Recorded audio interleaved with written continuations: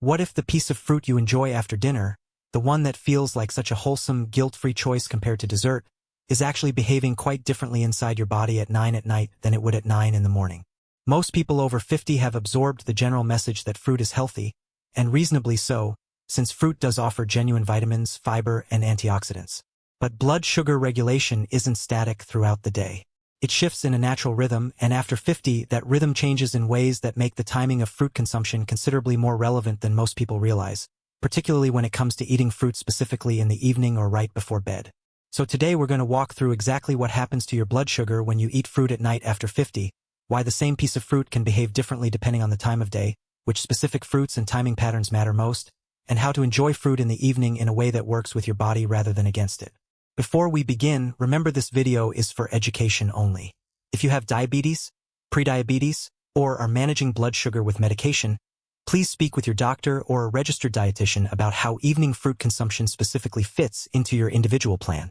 Now let's begin. Most people ask, is fruit healthy at night? But that's actually an incomplete question, because it treats fruit as a single, uniform category and ignores the fact that your body's ability to manage incoming sugar genuinely changes throughout a 24-hour period. The better question is, what is my body's blood sugar regulation actually doing in the evening hours, and how does that specific state interact with the natural sugars in fruit? Because the honest answer involves understanding a daily rhythm most people have never been taught to think about, one that becomes considerably more relevant to consider carefully after 50. Here is why this matters so much more at this stage of life specifically. Insulin sensitivity, meaning how efficiently your body's cells respond to insulin and clear sugar from your bloodstream, follows a natural daily pattern, generally at its most efficient earlier in the day and gradually becoming somewhat less efficient as evening approaches. A pattern documented consistently in research on daily glucose metabolism. This natural evening decline in insulin sensitivity becomes more pronounced after 50, layering on top of the broader age-related decline in overall insulin sensitivity discussed in other conversations about blood sugar and aging. Additionally, physical activity typically decreases substantially in the hours before bed for most people, removing one of the natural mechanisms, muscle activity, pulling glucose out of the bloodstream, that helps manage blood sugar earlier in the day when you're generally more active. And sleep itself involves its own complex hormonal patterns, including changes in cortisol and growth hormone, that interact with blood sugar regulation in ways that differ meaningfully from your body's daytime hormonal environment.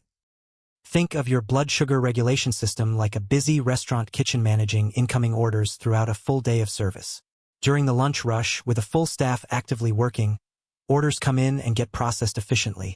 moving through the kitchen without much delay. But as evening turns to late night and the kitchen begins winding down, with fewer staff still actively working and everyone preparing to close up, that same order, if it comes in late, takes longer to process and tends to sit around longer before being fully handled. Your body's blood sugar management system follows a similar pattern throughout the day, generally most efficient and well-staffed, so to speak, during earlier hours, and gradually becoming somewhat less efficient as the evening progresses toward the natural winding down period before sleep.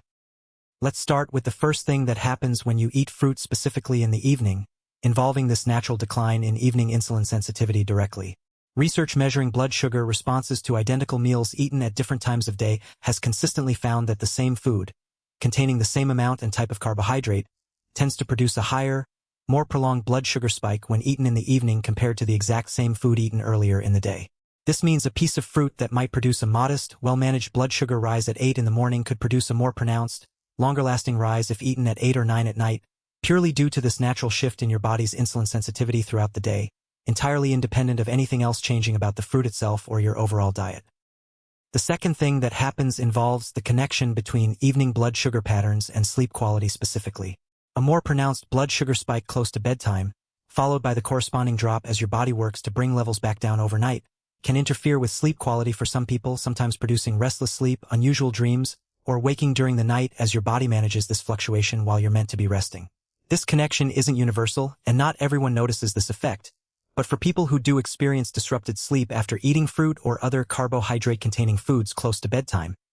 this blood sugar fluctuation is a genuinely plausible contributing factor worth considering, particularly relevant since quality sleep itself plays an important role in next-day insulin sensitivity, meaning poor sleep from an evening blood sugar spike can actually contribute to less efficient blood sugar management the following day, creating a cycle worth being aware of.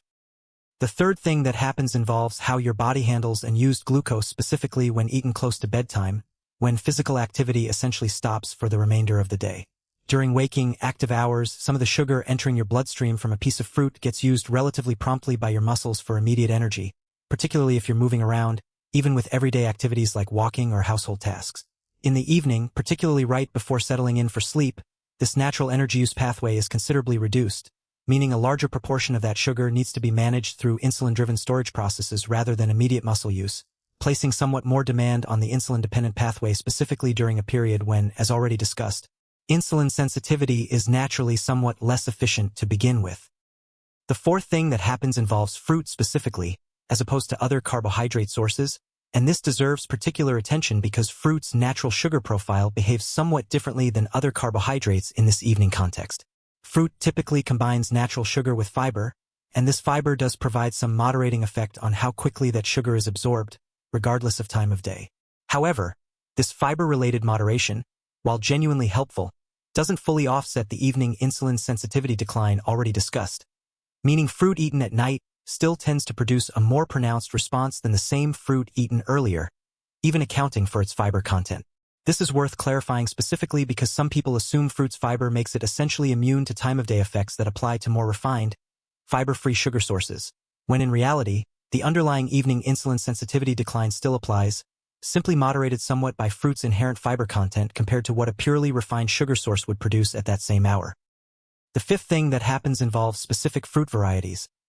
Now let's talk about the sixth thing that happens, and this one involves portion size specifically as it relates to evening timing. A modest portion of fruit in the evening, such as a small handful of berries or half of a medium apple, tends to produce a considerably more manageable blood sugar response than a larger portion, such as a full bowl of mixed fruit or several pieces eaten together, an intuitive point that nonetheless becomes particularly relevant in the evening specifically, since the same larger portion that might be reasonably well managed during a more insulin-sensitive earlier hour can produce a more significant, harder-to-manage spike when that same larger quantity is introduced during the naturally less efficient evening window. Now let's talk about the seventh and final consideration, and this one involves what the fruit is eaten alongside, rather than the fruit in isolation. Pairing an evening portion of fruit with a small source of protein or healthy fat, such as a few almonds, a small piece of cheese, or a spoonful of plain yogurt,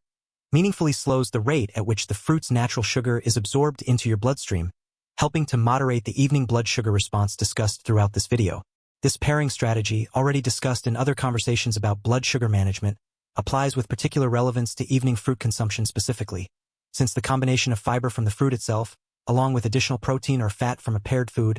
provides meaningfully more moderation than fruit eaten entirely on its own during this naturally less insulin-sensitive evening window. Now, before we go further, let's debunk a few common myths about eating fruit at night specifically. For years, many people believed that fruit, being a natural, whole food,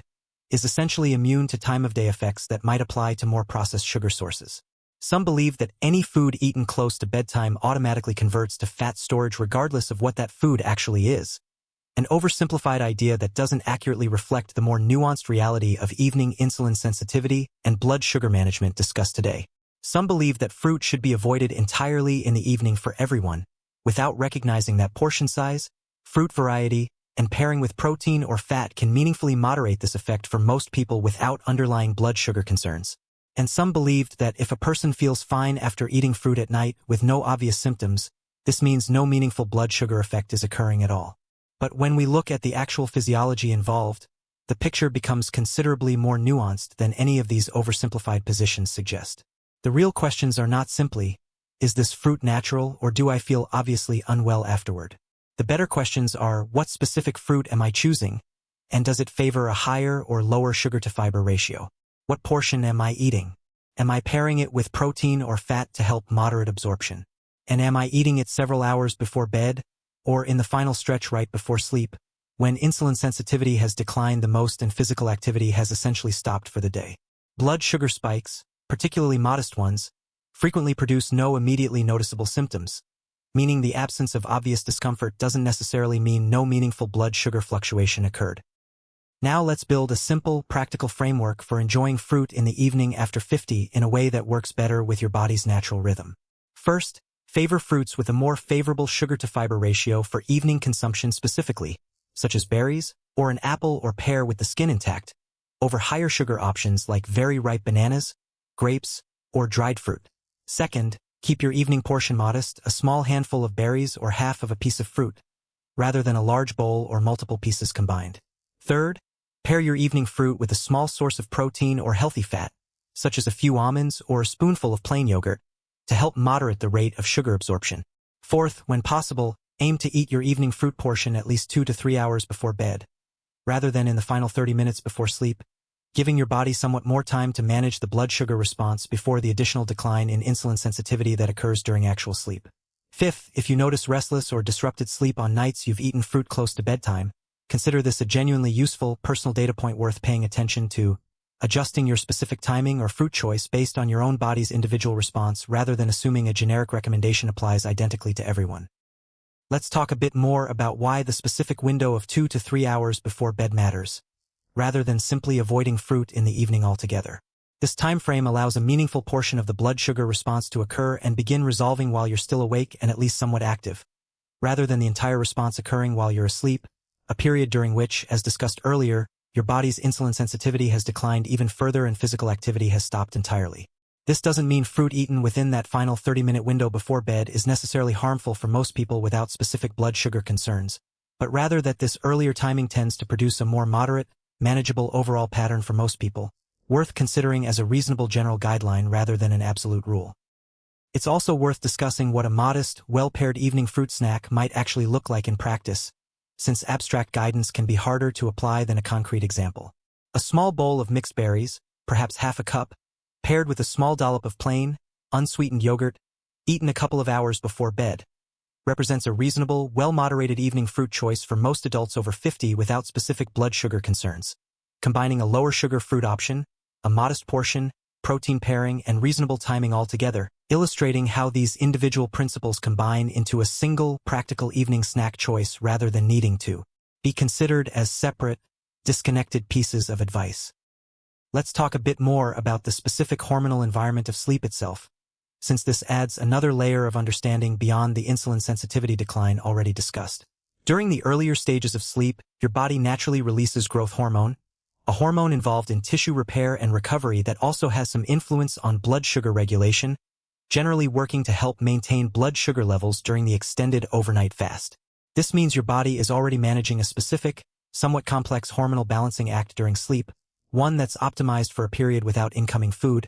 and introducing a notable amount of dietary sugar close to or during this window adds an additional variable your body needs to manage alongside its normal overnight hormonal patterns. Additionally, cortisol, which we've discussed in relation to the morning specifically, actually reaches its lowest point of the day during the earlier hours of sleep before beginning its gradual rise again toward the morning, and cortisol itself plays a role in blood sugar regulation, meaning the interplay between naturally low evening cortisol, the growth hormone released during sleep, and the insulin sensitivity decline already discussed all combine to create a genuinely distinct physiological environment for managing incoming sugar compared to your body's daytime hormonal state.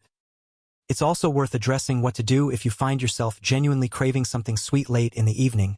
close to bedtime, beyond the moderated fruit approach already discussed. For some people, this late craving reflects genuine hunger, in which case a small, balanced snack combining protein and a modest amount of complex carbohydrate, such as a small piece of cheese with a few whole grain crackers, may be more appropriate than fruit specifically. For others, this craving reflects habit or a desire for something sweet as part of a wind-down ritual rather than genuine hunger, in which case herbal tea, a small square of dark chocolate, which tends to carry a notably lower sugar content than many other sweet options, or simply a warm, non-caffeinated beverage can sometimes satisfy that end-of-day ritual without introducing a significant sugar load during this particular window when your body's capacity to manage it efficiently is naturally somewhat reduced,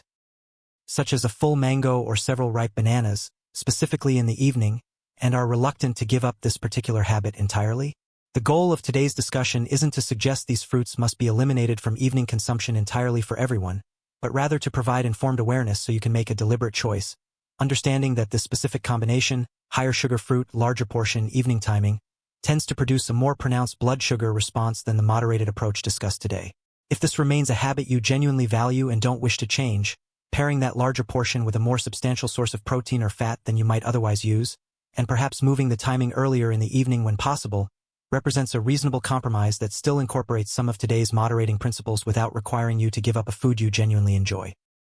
And what about people who have already been told by their doctor that they have prediabetes or are otherwise managing blood sugar concerns more closely, wondering whether evening fruit should be avoided entirely in their specific situation? This is precisely the kind of individualized question best directed to your doctor or a registered dietitian who understands your specific numbers, your current medications if any, and your broader dietary pattern, since the general guidance discussed today, while genuinely useful for the broader population of adults over 50, may need further individualized adjustment for someone already managing a specific, diagnosed blood sugar condition, where even modest evening spikes may carry more direct relevance to their ongoing management plan than they would for someone without this specific diagnosis. Let's also briefly mention the value of a home blood glucose monitor for anyone genuinely curious about their own individual response to evening fruit specifically, since, as discussed in other conversations about blood sugar, individual responses can vary meaningfully from person to person even among people with broadly similar health profiles. Checking your blood sugar before eating an evening piece of fruit, and again roughly 1 to 2 hours afterward, on a few different occasions using different fruits, portions, and timing, can provide genuinely personalized, concrete information about how your own particular body responds, information considerably more precise and individually relevant than any general population-level guidance, including today's video, is able to provide for your specific situation. Let's also touch briefly on the broader context of your evening meal overall, since fruit eaten as a genuinely standalone snack behaves somewhat differently than fruit eaten as part of a larger evening meal that already includes protein, fat, and other food sources. If your evening fruit is eaten alongside or immediately following a balanced dinner that already includes adequate protein, the overall blood sugar response to that fruit tends to be somewhat more moderated than the same fruit eaten as an isolated snack on a completely empty stomach later in the evening, since the protein and other food already present in your digestive system continues providing some ongoing moderating effect on subsequent sugar absorption, even from a food eaten shortly afterward. Now let's summarize. But remember, none of this means fruit should be feared or avoided in the evening entirely. Fruit remains a genuinely nutritious food offering real vitamins, fiber, and antioxidant benefit regardless of what time of day it's eaten. And the goal of today's video is simply informed, thoughtful timing and pairing, not elimination or anxiety around a food that offers real, ongoing value as part of a balanced diet. So this evening, if you're planning to enjoy some fruit, try one small adjustment from today's discussion. Choose a modest portion of berries or a piece of fruit with the skin intact rather than a larger, higher sugar option. Pair it with a small handful of nuts or a spoonful of plain yogurt, and if practical, enjoy it a couple of hours before bed rather than in the final minutes before sleep. Small, informed adjustments like these let you continue enjoying fruit in the evening while supporting a steadier, more manageable blood sugar pattern overnight. Now, I want to hear from you. Do you typically eat fruit in the evening? And have you ever noticed any connection between what you eat before bed and how well you sleep that night? Share your experience in the comments below. Your story may help someone else watching this video reconsider the timing of a habit they've likely never questioned before. If this video helped you, please like, subscribe to Nutricure, and turn on notifications so you don't miss more simple, practical health strategies for adults over 50. And next, watch our video on the doctor's perfect morning routine for people over 50, because how you eat throughout your entire day, from morning through evening, works together to support steady energy, better sleep, and more stable blood sugar for years to come.